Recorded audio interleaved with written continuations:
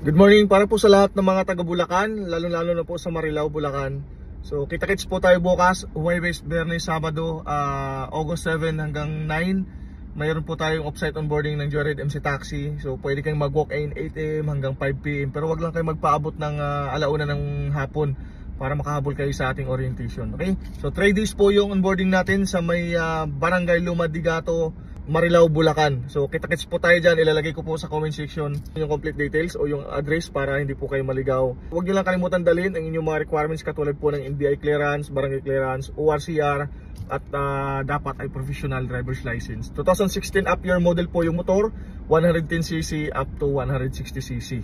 Sa edad naman ay 20 hanggang 55 years old. Pero kung ikaw ay 50 to 55 years old, magdala po kayo ng Fit to Drive certificate. Kita-kits po tayo bukas, August 7, 8, saka 9, Huwebes, Biyernes, Sabado. Good luck po at mag-ingat po lagi sa biyahe mga idolo.